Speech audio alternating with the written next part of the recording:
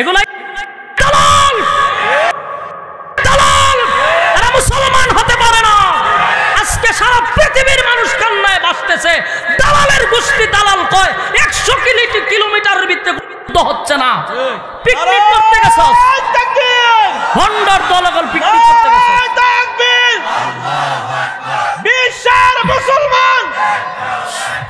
বিশ্বের মুসলমান এক হইছে, কিন্তু দালালরা এক হইতে পারে না।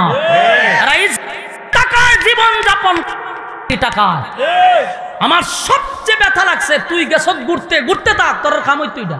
তোরার অন্ধ মুরিদ গুলা ফেসবুকে লিখতেছে তারা গেছে দোহরবার লেগে, এরা বলে গেছে জিহাদ করতে। জিহাদ করে গে এমনি ছবি তুলা সারে, ছবি তুল, অসুবিধা নাই। এই কথা কেন বলস যে পরিবেশ শান্ত? এটা দিয়ে কি বার্তা দিতে চাস দেশের মানুষকে? বিশ্বকে কি বুঝাইতে চাস?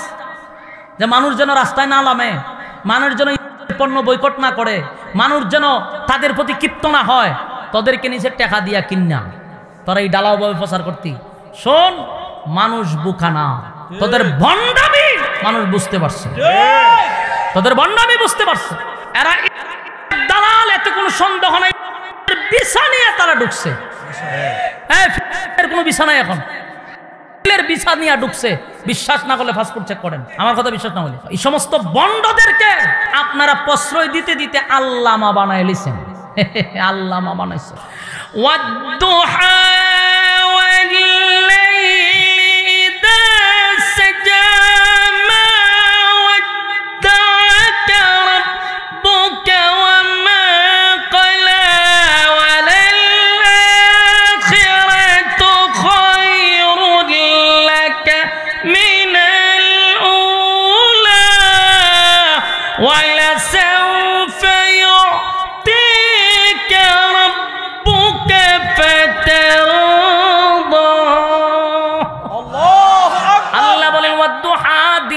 কসম, দিনের আলুর কসম, দিনের আলুর কসম। এটার আরেকটা ব্যাখ্যা হলো ওয়াদ্দুহা, আপনার সুন্দর উজ্জ্বল চেহারার কসম। আল্লাহ বলেন ওয়াদ্দুহা, দিনের আলুর কসম। ওয়াদ্দুহার আরেকটা ব্যাখ্যা হলো আপনার সুন্দর উজ্জ্বল চেহারার কসম। ওয়াল্লাইলি ইযা সাজা, রাতের অন্ধকারের কসম। আবার বলেন আপনার কালো চুলের কসম। সুবহান। والضحى والليل إذا سجى ما ودعك ربك وما قلى وللآخرة خير لك من الأولى ولسوف يعطيك ربك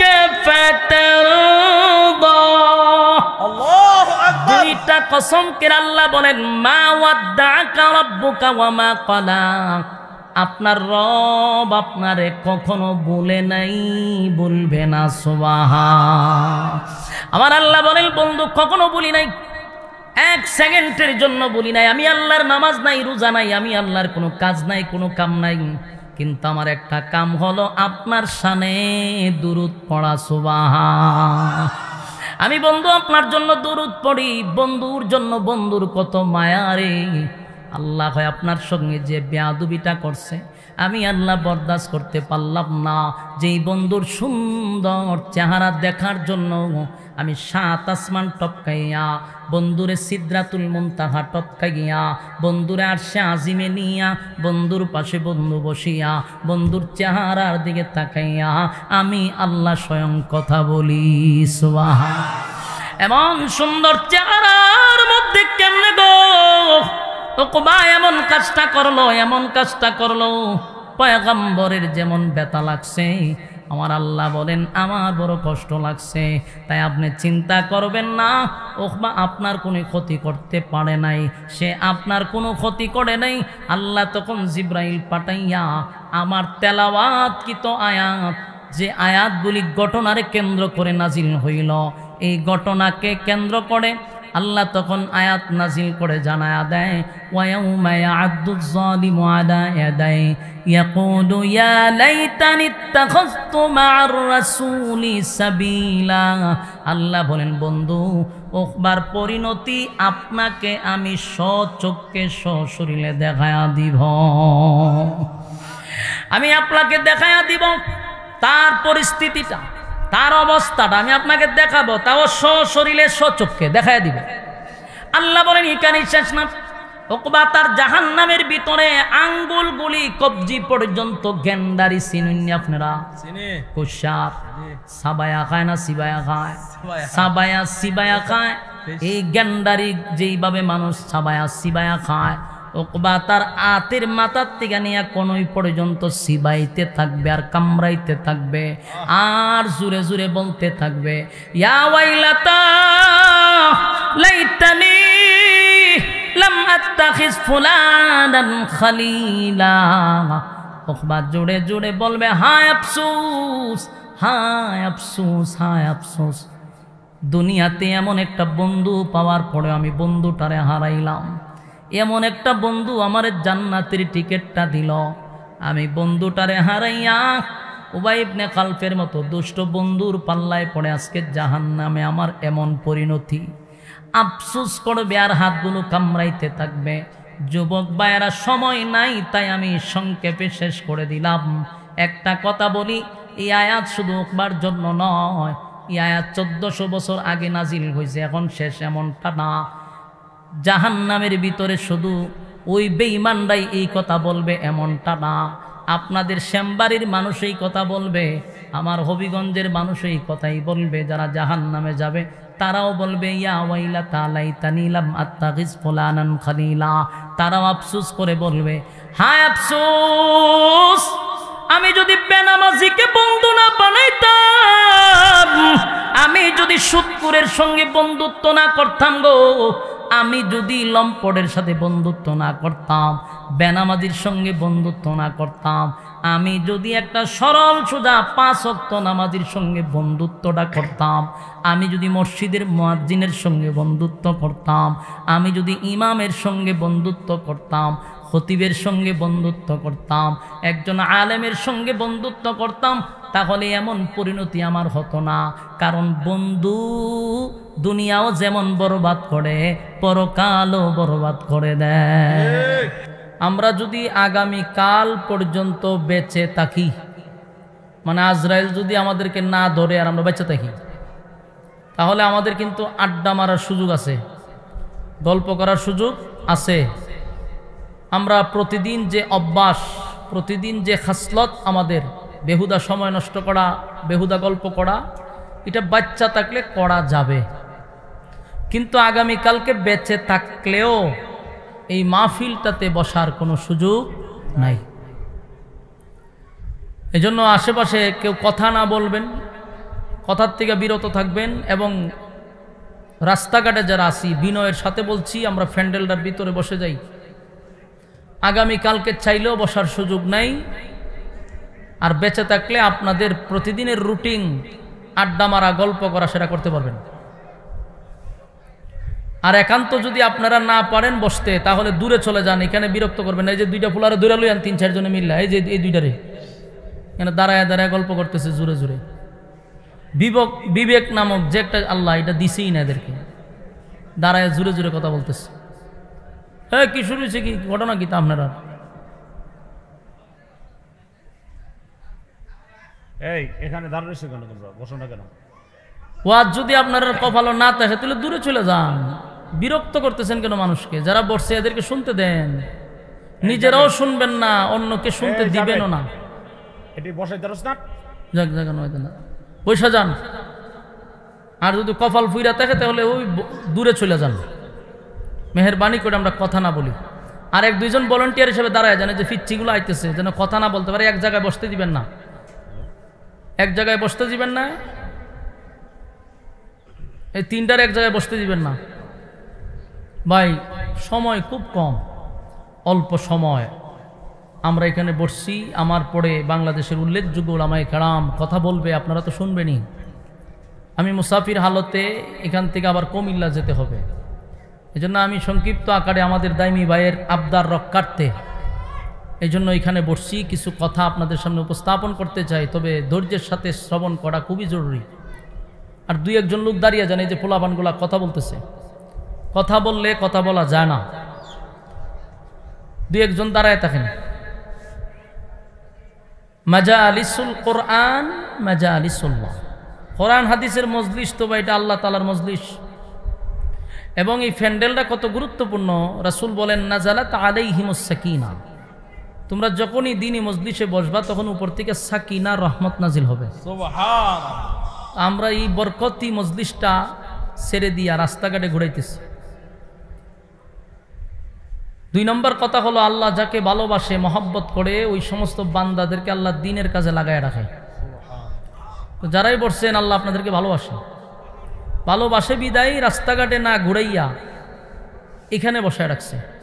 এজন্য এটার একটা কদর করা দরকার। আমরা শুকরিয়া আদায় করছি আবারও আলহামদুলিল্লাহ। আমি আপনাদের সামনে মহাগ্রন্থ আল কোরআন থেকে আয়াতে কারিমা তেলাওয়াত করছি। ওঠার আগেও দাইমি ভাই মাথায় একটা বিষয় দিয়ে দিছে, এই বিষয়টাকে লক্ষ্য করেই আপনাদের সামনে কথাগুলি উপস্থাপন করার চেষ্টা করব। রব্বে কারিম যেন বলনেওয়ালাকে শুননেওয়ালাকে তৌফিক দান করে, আমিন।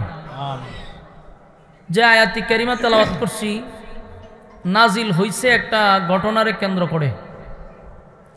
কোরআন নাজিল হইছে কোনো ঘটনারে কেন্দ্র করে, অথবা কোনো সমস্যার সমাধানে, অথবা কোনো প্রশ্নের উত্তরে। এই তিনটা কারণে কোরআন কমপ্লিট হয়েছে। হয় কোনো ঘটনারে কেন্দ্র কইরা, আর না হয় কোনো প্রশ্নের জবাবে, আর না হয় কোনো প্রশ্নের উত্তরে, অথবা কোনো সমস্যার সমাধানে। তিন কারণে। তা আমার তেলাওয়াতকৃত আয়াতগুলি নাজিল হয়েছে একটা ঘটনারে কেন্দ্র করে। সেই ঘটনাটুকু আমাদের শোনা দরকার আছে নি? যে ঘটনাটা হলো আয়াতের শানে নজুল, আমরা শোনার চেষ্টা করি। রাসূল আরবি সাল্লাল্লাহু আলাইহি সাল্লাম মক্কাতুল মুকাররমায় প্রথম দিক দিয়া যখন কালেমার দাওয়াত দেওয়ার জন্য মক্কার অলিতে গলিতে যখন দাওয়াত দিচ্ছেন, ঠিক ওই মুহূর্তটা মক্কার মানুষ তেমন ভালো ছিল না। এদেরকে বলা হইতো জাহিলিয়তের যুগ, অন্ধকারের যুগ, বর্বরের যুগ। কেন বলা হইতো?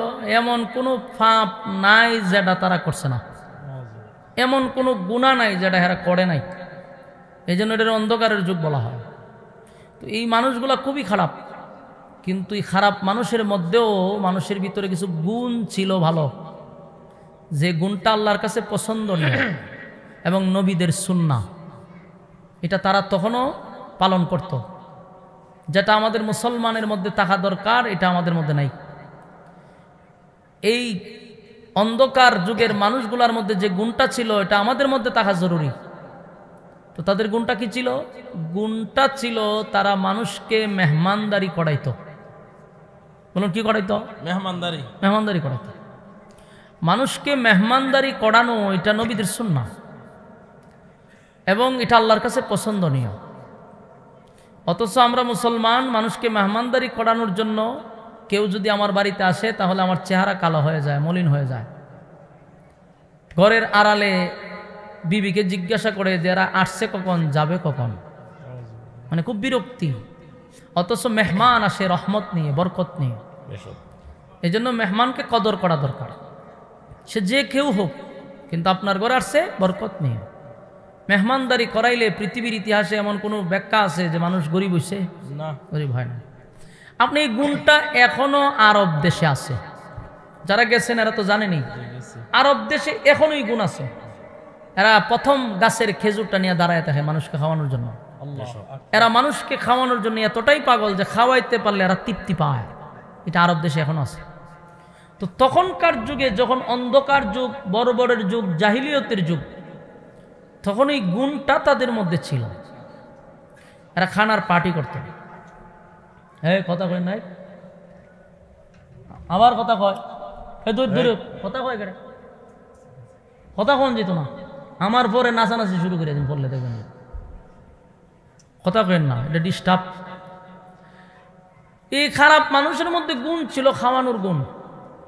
তো কুরাইশ বংশের একজন নেতার নাম হইল উকবা ইবনে আবু মুআইত। এও কুরাইশ বংশেরই মানে বড় নেতা না, মানে ফাতি নেতা, বড় নেতাদের সাথে লিয়াজু মেনটেন করে। তো হে ব্যবসাতে ভালো ইনকাম করছে, মুনাফা পাইছে ভালো। ব্যবসার থেকে আইসাই একটা খানার পার্টি করছে, বড় পার্টি কইরা চিন্তা করলো খাওয়াই তো প্রত্যেক বছর হই, কিন্তু বালা মানুষ তো খাওয়াই না, একটা বালা মানুষ খাওয়ানো দরকার। তো চিন্তা করে দেখলো গোটা মক্কা নগরীতে সবচেয়ে ভালো মানুষ যদি থাকে আল্লাহর রাসূলের চেয়ে ভালো কেউ নাই। সে কিন্তু কাফের, কিন্তু সিদ্ধান্ত হইল এর চেয়ে ভালো মানুষ এই জমিনে আল্লাহর পাঠায় নাই। সুবহানাল্লাহ। সে সিদ্ধান্ত নিল আল্লাহর রাসূলকে দাওয়াত দিবে। গেছে রাসূলের কাছে, গিয়া বলল যে ভাতিজা, তোমার সাথী সঙ্গী নিয়ে আগামীকালকে দুপুরবেলা আমার বাড়িতে একবেলা খানা খাইবা। রাসূল দাওয়াত রেখে বলাইছে যে ঠিক আছে, আমি আগামীকালকে যাব। উকবায়ও তার পরিবেশ করছে, আয়োজন করছে, কিন্তু রাসূল যখন রওনা দিছে রাস্তার মধ্যে জিবরাইল রাসূলের সামনে দাঁড়ায় গেছে। আল্লাহু আকবার। দাঁড়ায় বলতেছে হুজুর কোথায় যান? বলে উকবায় দাওয়াত দিছে। তো এখন রাসূল যখন যাওয়া শুরু করছে এর মধ্যে জিবরাইল হতে যাইবেন যে আমরা যে খানাটা খাইবেন, হ্যাঁ তো একজন অমুসলিম, তা আপনি না আল্লাহর পয়গম্বর হয়ে একজন অমুসলিমের করে খানাটা খাইবেন কেমনে? এটা তো কথা ঠিক, আমার জিহানে ছিল না, ওই জন্য আল্লাহ আমারে পাঠাইছে। রাসূল বললেন ঠিক আছে, আমি খানা খাবো না, কিন্তু আমি তো ওয়াদা দিছি তার বাড়িতে আমি যাব, ওয়াদা তো রক্ষা করতে হবে। এই জন্য আল্লাহ রাসূল তার বাড়িতে গেছে। যাওয়ার পরে গিয়া দেখে সমস্ত মেহমানরা খানা নিয়ে বসা আছে, আল্লাহ রাসূল সেখানে উপস্থিত। সবচেয়ে ভিআইপি মেহমানই হলো আল্লাহ রাসূল, তার কাছে সবচেয়ে সম্মানী মেহমান। রাসূল যাওয়ার পরে যখন দস্তরখানা দিছে তখন আল্লাহ রাসূল বললেন যে শুনো, চাচা বলিস, উনি ডাকতেন, বলেন চাচা আমি আপনার এখানে খানা খাইতে পারবো না, আমি আসছি শুধু ওয়াদা দিছিলাম যে আপনার এখানে আমি আসব, কিন্তু আমি খানা খাবো এই মজলিসে বসে, এটা আমার দ্বারা সম্ভব হচ্ছে না, কারণ আল্লাহর নিষেধ। আমি একজন আল্লাহর পয়গম্বর আর আপনি একজন অমুসলিম, অমুসলিমের গড়ে তো আমি খানা খাইতে পারি না। অনফরচুনি যে দাওয়াত দিছে মানে মেজবান, ওই আরব দেশের একটা সিস্টেম হলো যে আপনাকে দাওয়াত দেয়, তার ঘরে যদি আপনি খানা না খান তাহলে যে দাওয়াত দিল তার এটা ভীষণ লজ্জা এবং সে অসম্মানী হয়। এখন তো উকবায় পড়ছে চিন্তা ধীরে, আমি তো দাওয়াত দিলাম খাওয়াইবার লেগে, উনি দিয়ে কয় খানা খাইবে না, আর আমার এখানে সবচেয়ে ভিআইপি মেহমান উনি।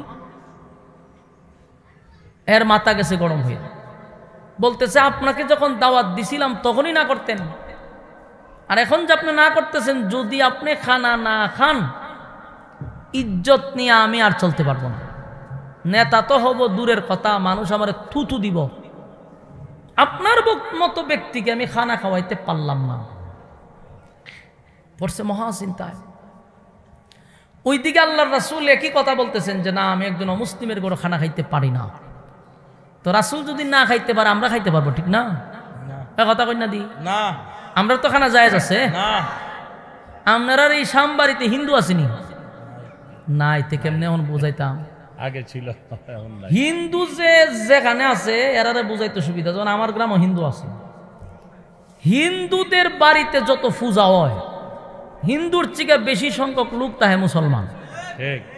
প্রসাদ খাইবার লেগে মুসলমানরা গিয়ে বসে থাকে, পূজাতে মণ্ডপে সব জায়গায় দেখবেন মুসলমানকে বসে থাকে।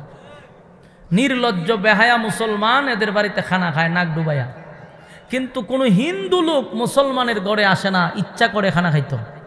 ঈদের সময় আমরা দাওয়াত দিয়ে আনতে পারতেন না, কিন্তু আমরা দাওয়াত চারুই যাই, মানে আমরা নির্লজ্জ বেহায়া মুসলমান। রাসূলকে আল্লাহ নিষেধ করলেন। আল্লাহ রাসূল বললেন চাচা কোনোভাবেই আপনার এখানে খানা আমার দ্বারা সম্ভব না। এখন হে বেটা তো নেতা, আগামীতে একটা বড় নেতা হবে এমন সিদ্ধান্ত নিয়েই তো ওনারা দাওয়াত দিছে, এখন উনি যদি খানা না খায় মুখ দেখাবো কেমনে? আল্লাহ রাসূল বললেন আমি চলে যাচ্ছি। উকবায় দুই হাত দিয়া বলতেছে আপনার কাছে আমি ক্ষমা চাচ্ছি, আপনি আমার এই মুহূর্তে এই অবস্থায় ফেলে যাবেন না, তাহলে আমার মান সম্মান ইজ্জত সব যাইব। আল্লাহ রাসূল বলেন ঠিক আছে, তাহলে একটা শর্ত আছে, আপনি যদি আমার শর্ত মানেন তাহলে আপনার এখানে আমি খানা খাইতে পারি, শর্ত সাপেক্ষে। মানে এবার সারা পড়ছে মুসিবত, শর্ত দিলে তোর মানতে হইব। ঠিক আছে, বলেন আপনার কি শর্ত? আমার শর্ত হইল আপনি আমার সঙ্গে কালেমা পড়ে ঈমান আনবেন। সুবহানাল্লাহ। যদি আপনি ঈমান আনেন তাহলে একজন মুসলিমের গড়ে আমি খানা খাবো, একজন অমুসলিমের গড়ে তো আর খানা নাই। আপনি কালেমা হলে তো আপনি মুসলিম হয়ে গেলেন, আমি খানা খাইতে পারবো। হ্যাঁ বেচারা চিন্তা করলো, এখন যদি আমি কালেমা পড়ি তাহলে লাগবো আরেক দরবার, কালেমা না পড়লে লাগবো আরেক দরবার। আর এই পরিস্থিতিতে এখন আমার করণীয় কি? যেটারে আমরা গ্রাম্য ভাষায় কয় মাইনকার সিফা, পড়ছে একেবারে ভাড়া বাসের সিফা, না এদিকে যাইতে পারতেছে না এদিকে যাইতে পারতেছে। চিন্তায় পড়ে গেছে, কারণ সে তো ছোট নেতা, বড় বড় নেতাদেরকে দাওয়াত দিয়ে এখানে বসায় রাখছে। সর্বাধিক বিবেচনা করে দেখলো এখন যদি উনি উঠে চলেই যায় তাহলে এটা আমার মান সম্মানের আঘাত পড়বে বেশি। তাই সে সিদ্ধান্ত নিল যে না, আপনাকে যেতে দিব না, খানা আপনাকে খেতেই হবে, প্রয়োজনে আমি কালেমা পড়ে ঈমান আনবো। খুশির সংবাদ। আল্লাহর রাসূল এত খুশি হয়েছি কথা শুন না, বললো ঠিক আছে চাচা, তাহলে আপনি আমার সাথে কালেমা পড়েন।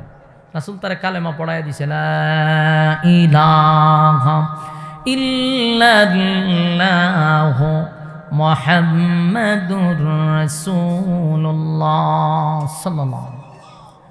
লা ইলাহা ইল্লাল্লাহ, নেই কোনো মাবুদ আল্লাহ ছাড়া, মুহাম্মাদুর রাসূলুল্লাহ সাল্লাল্লাহু আলাইহি ওয়াসাল্লাম। আল্লাহর নবী বলেন, প্রাণের চাচা, আপনি যেহেতু কালেমা পড়ছেন, ঈমান আনছেন, আমি একজন মুমিনের গড়ে খানা খাবো, এতে আমার কোনো অসুবিধা নেই। আপনি একত্ববাদী খোদার উপরে ঈমান আনলেন, আমাকেও রাসূল হিসাবে আপনি মেনে নিলেন, আপনার গড়ে খানা খাইতে আমার কোনো অসুবিধা নাই। রাসূল খানা খাইছে, সাথী সঙ্গী লইয়া হাবিবে কিবরিয়া তার গড়ে খানা খাওয়ার পরে রাসূল আনন্দে খুশিতে তার কাছ থেকে বিদায় নিয়ে যখন রাসূল চলে গেলেন, কিন্তু ঘটনা ঘটে গেছে।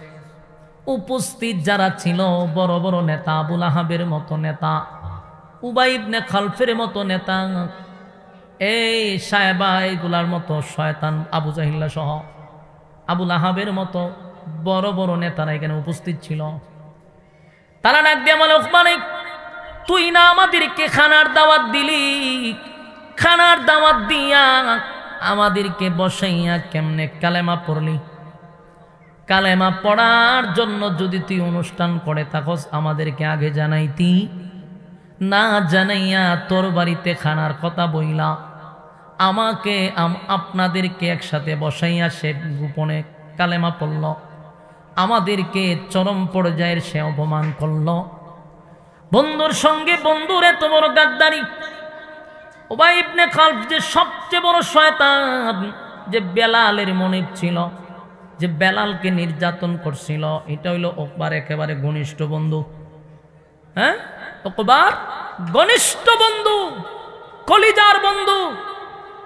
এই বন্ধুর সাথে তার এত সম্পর্ক যে বেলালকে নির্যাতন করত। এবার সেই বন্ধু বলে, উবাই বলে, বন্ধু শুন, কালেমা পড়বি তো আমাদেরকে দাওয়াত দিয়ে আনলি কেন?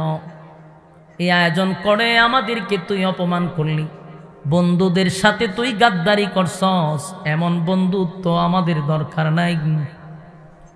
বড় রাগান্বিত হইছে, আর বলতে লাগলো, এ দোস্ত শুন, ব্যবসা বাণিজ্য করি একসাথে, আড্ডা মারি একসাথে, গল্প করি একসাথে, সব কিছু বন্ধু তোর সঙ্গে করি, দুর্নীতি যে করি তার একটা বাঘ তোর বাড়িতে খামে বইরা পাঠায়া দিই, চাঁদাবাজি টেন্ডারবাজি করলেও তোর বাড়িতে পাঠায়া দিই, গাঞ্জা যদি খাই বন্ধু একসাথে খাই, বুতলও যদি খাই বন্ধু তোরে লইয়া খাই, নারীবাজি কেলেঙ্কারি যা করি বন্ধু তোরে ছাড়া করি না, সব আখাম কোখাম, দিনের খাম রাত্রের খাম তোরে লইয়া করি।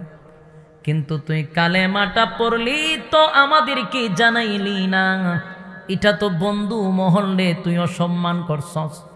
আজকের পর থেকে তোর সঙ্গে কোনো বন্ধুত্ব নাই, আজকের পর থেকে ব্যবসা বাণিজ্য নেই, আমরা সমস্ত বন্ধুরা তোরে বয়কট করলাম। বয়কট করে দিছে। কারা বয়কট করছে? এই উকবার একেবারে ঘনিষ্ঠ যারা ছিল তারা তারে বয়কট করছে। তোর সাথে কোনো সম্পর্ক নাই। তুই খামটা করলি কি? বাপ দাদা ধর্মের মধ্যে সুন কালি মারছস, আমরার অপমান করছস। কারণ হে যে কালেমা পড়ছে, হেও পড়ছে মুসিবত, এক হয় সর্বনাশ। এই টিম যদি আমারে বয়কট করে তাহলে ব্যবসা বাণিজ্য আকাম কুকাম এগুলা নাও বাদই দিলাম, নেতা অমুক কেমনে, সামনে চলবো কেমনে, এবার যে আরেক টেনশন। এই চিন্তা সে এক পর্যায়ে এদের কাছে গেছে, গিয়া হইল দোস্ত তোমরা আমারে বয়কট করলে আমি চলবো কেমনে? হয় তুই আমাদের সাথে কথা বলাও বন্ধ, তোর সাথে কোনো সম্পর্ক নাই। তখন এক হয় যে দোস্ত কালেমা তো পড়ছি কথা ঠিক, কিন্তু এটা তো পলিটিক্সের কালেমা পড়ছি। আপনার এলাকার নাউজুবিল্লাহ আছেনি? থাকলে বলবেন। চিন্তা করছেন অন কি কয়? পলিটিক্সের কালেমা পড়ছি, আমি তো আসলে মোহাম্মদের কালেমা পড়ি নাই। পোল্টি মেরে দিছে। হয় আমি যে মুসিবত পড়ছিলাম তখন যদি কালেমা না পড়তাম তো আমার মান সম্মান ইজ্জত যাইত, তাই বাধ্য হইয়া আমি মুসিবতে পড়ে কালেমাটা পড়ছিলাম। এই জন্য আমি কালেমা থেকে ফিরে আসছি, কালেমা ছেড়ে দিছি, তোমরা আমাকে গ্রহণ করো। কথা বুঝতেছেন? কিন্তু উবাই যে এ লোক বালা না। একই শোনো, মিষ্টি মিষ্টি কথায় আমাদের মন গলাইতে পারবা না। তুমি কালেমা পড়ে যে আঘাত আমার ভিতরে দিছ, এই আঘাত যদি তুমি পুনরায় আবার ফিনিশিং দিতে চাও, ঠান্ডা করতে চাও, কলিজা যেইভাবে আগুন দিয়া পুড়ছ, ঠান্ডা করতে গেলে আমার শর্ত অনুযায়ী সামনে তোমার কাজ করতে হবে। তো কেমন মানুষের শর্ত দিছে? সবচেয়ে বড় শয়তান। তো হে বারবার বলতেছে দোস্ত আমি তো শর্তের দরকার নেই, কালেমা তো ছেড়ে দিছি। কিন্তু উবাই ইবনে খালদ বলেন দোস্ত শোনো, মুহাম্মদের কালেমা যে একবার পড়ছে জীবন দিতে প্রস্তুত, কালেমা ছাড়তে প্রস্তুত না। কারণ এত জানে বেলাল না এতে লালন পালন করছে। উবাই ইবনে খালদ বলেন আমি বেলাল রে লালন পালন করছি। এই বেলাল রে গলার মধ্যে রশি লাগাইছি, বেলাল রে বুকের মধ্যে পাথর রাখছি রে। একটা বারের জন্য বেলাল কালেমা ছেড়ে দিল না। এত নির্যাতন বেলালের উপরে আমি চালাইছি, কিন্তু বেলালের জবান থেকে কালেমা বাদ দিতে পারলাম না রে।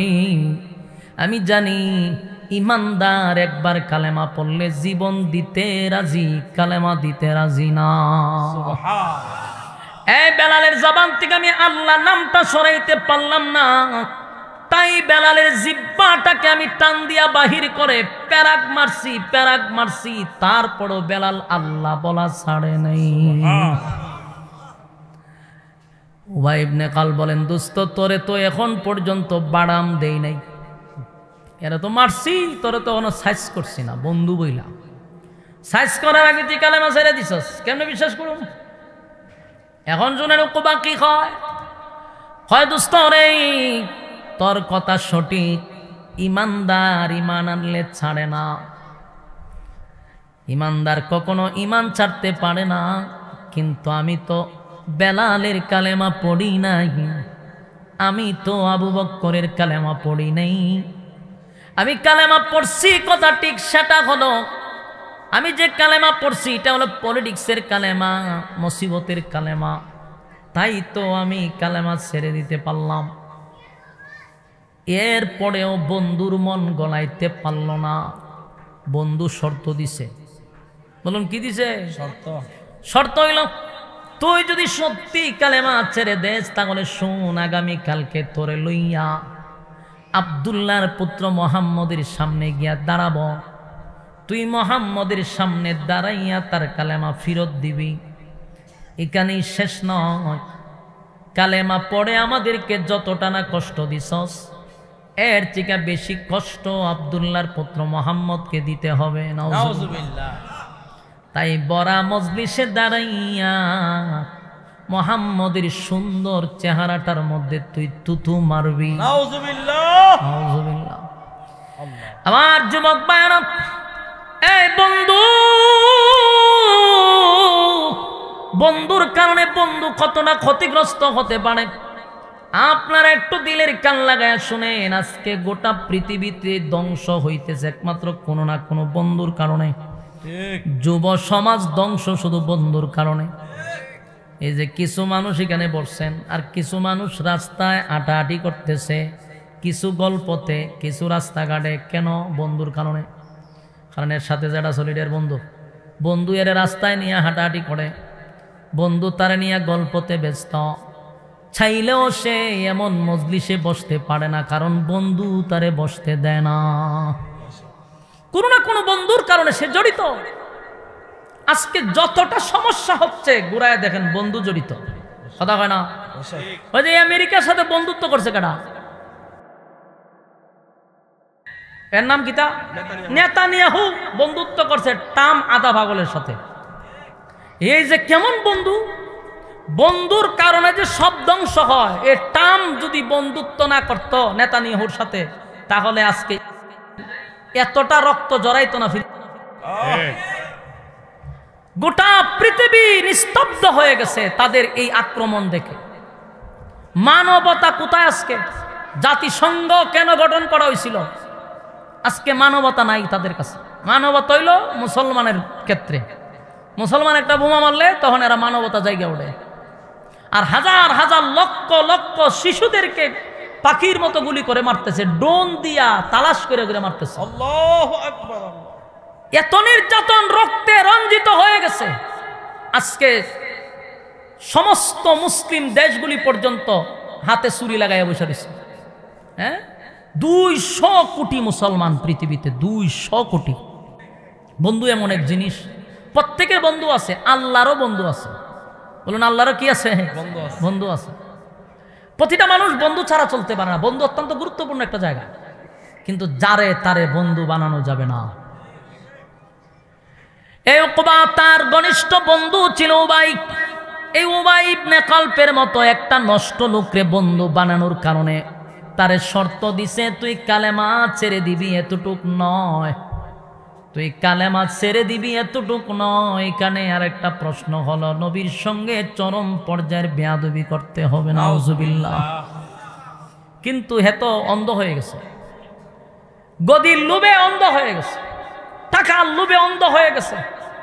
সে তার শর্ত মেনে নিছে। নাউজুবিল্লাহ, নাউজুবিল্লাহ।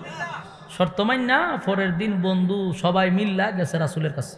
কোথায় গেছে? খানায় কাবার সামনে। আল্লাহর হাবিব দূর, বহু দূর থেকে যখন দেখতেছিল উকবা সহ তার বন্ধুরা একত্রিত হইয়া নবীর দিকে আসতেছে, আল্লাহর নবীর দিলটা তো অনেক বড়। নবী তো রহমতের নবী, বরকতের নবী, মায়ার সাগর। আমার নবী মনে করছে গতকালকে লুকিয়ে লুকিয়ে কালেমা পড়ছে রে, আজকে মনে হয় প্রকাশ্যে সবার সামনে সে কালেমা পড়বে। এটা মনে করছে। কারণ আল্লাহর নবী মায়া দয়া নিয়ে সামনে আগানো শুরু করছে তাদেরকে রিসিভ করার জন্য। নবী যায় মহব্বত নিয়া, আর তারা আসতেছে দুশ্মনী নিয়া। কথা কি বুঝতেছেন? আল্লাহর হাবিব ভাবলেন তারা হয়তো বা প্রকাশ্যে কালেমা পড়ার জন্য আসতেছে, তাই আমার হাবিবে কিবরিয়া তাদেরকে রিসিভ করার জন্য পয়গম্বর যখন গেলেন, তারাও আসতেছে। কাছাকাছি কাছাকাছি যখন চলে আসছে, আল্লাহর নবী যখন উকবার সামনে দাঁড়াইল, নবীজি দাঁড়াইয়া বলতেছিল, কি ব্যাপার চাচা, গতকালকে লুকিয়ে লুকিয়ে কালেমা পড়ছেন, আজকে মনে হয় প্রকাশ্যে কালেমা পড়ার জন্য আসছেন। দেখেন নবী কতটা মহব্বত নিয়ে তাদের সামনে দাঁড়াইছে। তারা যে দুশ্মনী নিয়ে আসছে রে নবীর জানা ছিল না, তাই নবী তাদের সামনে দাঁড়াইছে। ঠিক এই মুহূর্তে উকবা ডাক দিয়া কয়, হুজুর আপনার কালেমা পড়ার জন্য আসি নাই, কালেমা ফেরত দেওয়ার জন্য আসি। আপনার কালেমা ফেরত দেওয়ার জন্য আসছি।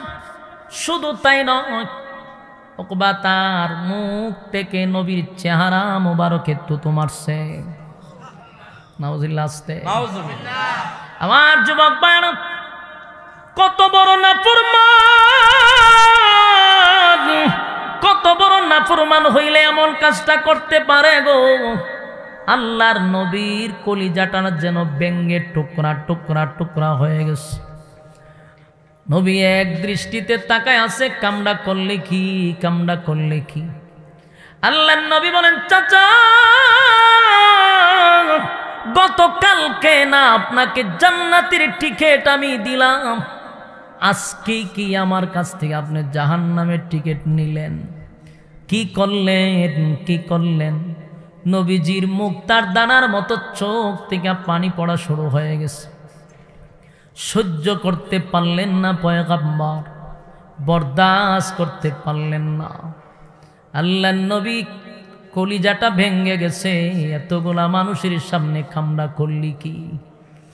আল্লাহর নবী বলেন, চাচা শুনেন, গতকালকে আপনারে কালেমা পড়াইয়া জান্নাতের টিকিটটা হাতে ধরায়া দিলাম, বন্ধুদের সল্লায় পড়ে আপনি আজকে আমার কাছে এসে এমন বেয়াদবিটা করলেন।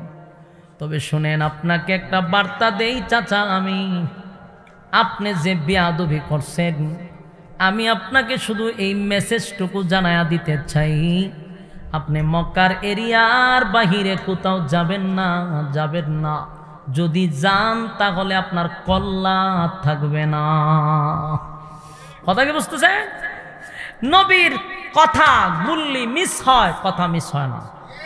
এই কথা বলার সাথে সাথে উখবার সারা শরীরে কম্পন সৃষ্টি হয়েছে, যে সর্বনাশ করে লেছে।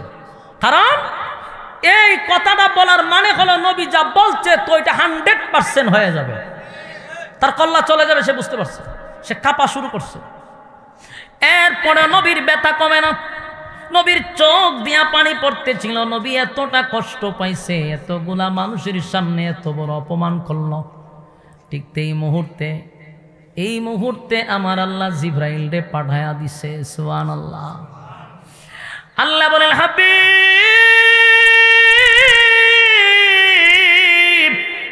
আমি আল্লাহকে যদি কেউ গালি দেয় গো, আমার কষ্ট লাগে না।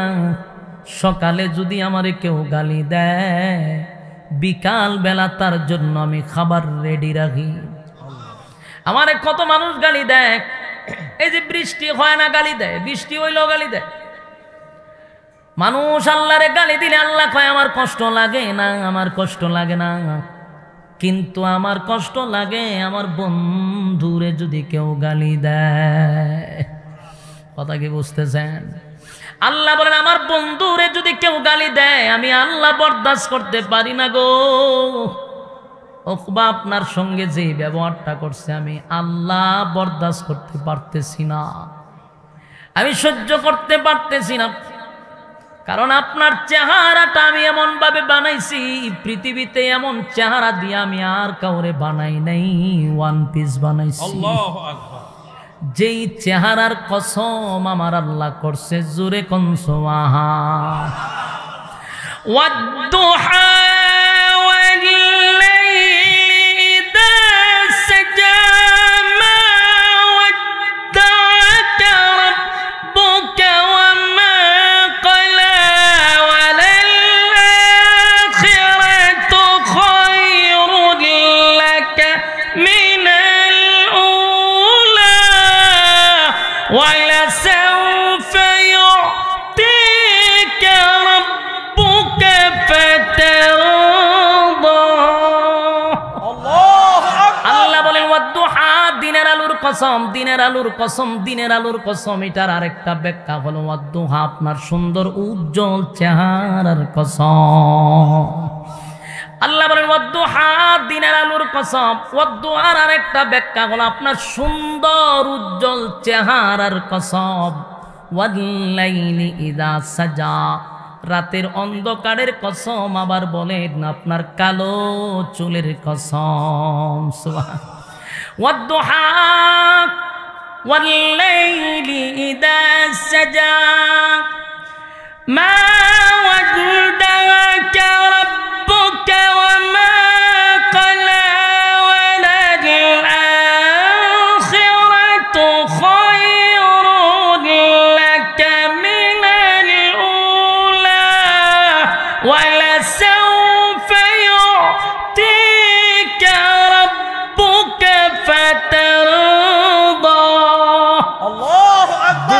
কসম করে আল্লাহ বলেন মা ওয়াদ্দাআকা রাব্বুকা ওয়া মা ক্বালা, আপনার রব আপনারে কখনো বলে নাই, বলবে না। সুবহান। আমার আল্লাহ বলেন বন্ধু কখনো বলি নাই, এক সেকেন্ডের জন্য বলি নাই। আমি আল্লাহর নামাজ নাই, রোজা নাই, আমি আল্লাহর কোনো কাজ নাই, কোনো কাম নাই, কিন্তু আমার একটা কাম হলো আপনার শানে দুরূদ পড়া। সুবহান। আমি বন্ধু আপনার জন্য দুরূদ পড়ি, বন্ধুর জন্য বন্ধুর কত মায়া রে। আল্লাহ হয় আপনার সঙ্গে যে বেয়াদবিটা করছে, আমি আল্লাহ বরদাস্ত করতে পারলাম না। যেই বন্ধুর সুন্দর চেহারা দেখার জন্য আমি 7 আসমান টপকাইয়া, বন্ধুরে সিদরাতুল মুনতাহা টপকাইয়া, বন্ধুরে আরশে আজিমে নিয়া, বন্ধুর পাশে বন্ধু বসিয়া, বন্ধুর চেহারার দিকে তাকাইয়া আমি আল্লাহ স্বয়ং কথা বলি। সুবহান।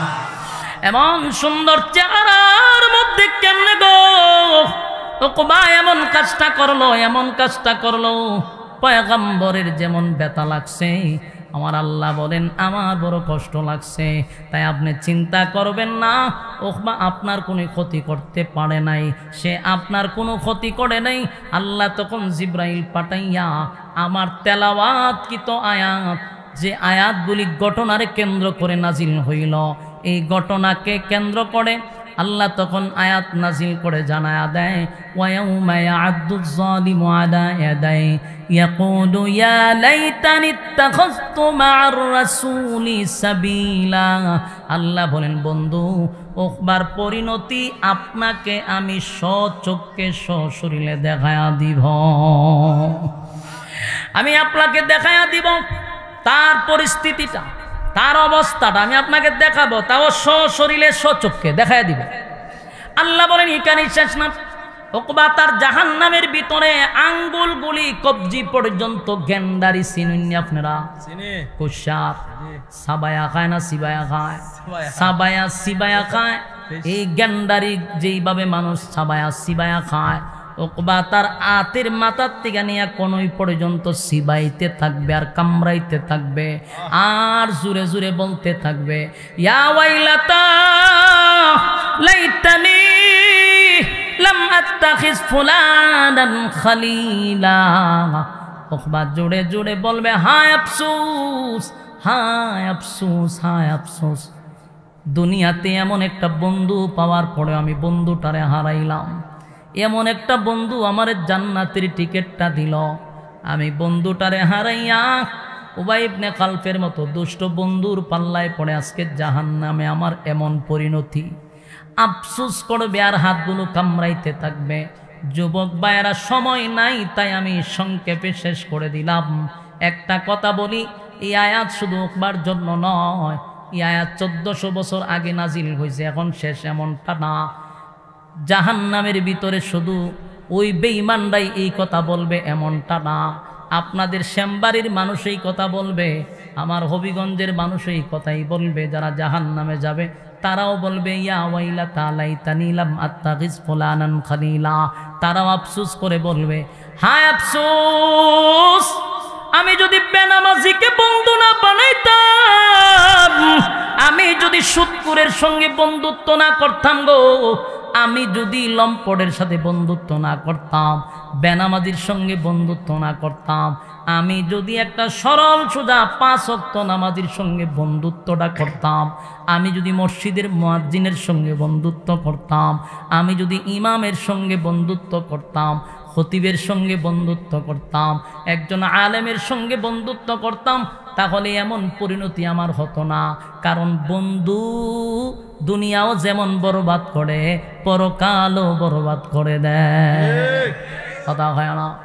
আজকে যতগুলা ইয়ং জেনারেশন যারা নেশায় আসক্ত, বলুন এই নেশা কি মা বাবাই শিখাইছে? আপনার দাদা দাদি শিখাইছে? যারা ন্যূনতম সিগারেট খান, বলুন তো দেখি সিগারেট কোনো মা বাবাই শিখাইছে? কথা কই না, সিগারেট মা বাবাই শিখায় না। বোতল যারা খায় নাকি মা বাবা শিখায়? কথা কই না। ইয়াবা যারা খায় মা বাবা শিখায়, চাচা চাচি শিখায়, স্কুল কলেজ ভার্সিটির শিক্ষকরা শিখায়। শিখাইল কেডা? বন্ধু, হ্যাঁ দুস্থ বন্ধু এ শিখায়। বিড়ি না খাইলে দুস্থ একটা টান দে, দেখবে বাবের জগতে দেখবে এই বাবের জগতে নেওয়ার জন্য একটা দুইটা টান দিতে দিতে ফাঁকা বিড়ি কুরবানায় ছাইরা দেয়। গাঞ্জা যদি না খায় কয় দোস্ত একটা টান মার, তুই বাবের জগতে চলে যাবি। তাই গাঞ্জা না খাইলেও জোর কইরা খাওয়াইতে খাওয়াইতে এক পর্যায়ে গাঞ্জা কুরবানায় দেয়। শুধু তার দুনিয়া ধ্বংস করছে এমনটা নয়, তার পরকালটারেও সে ধ্বংস করে দিল। এজন্য যার সাথে যার মহব্বত তার সাথে তার কিয়ামত।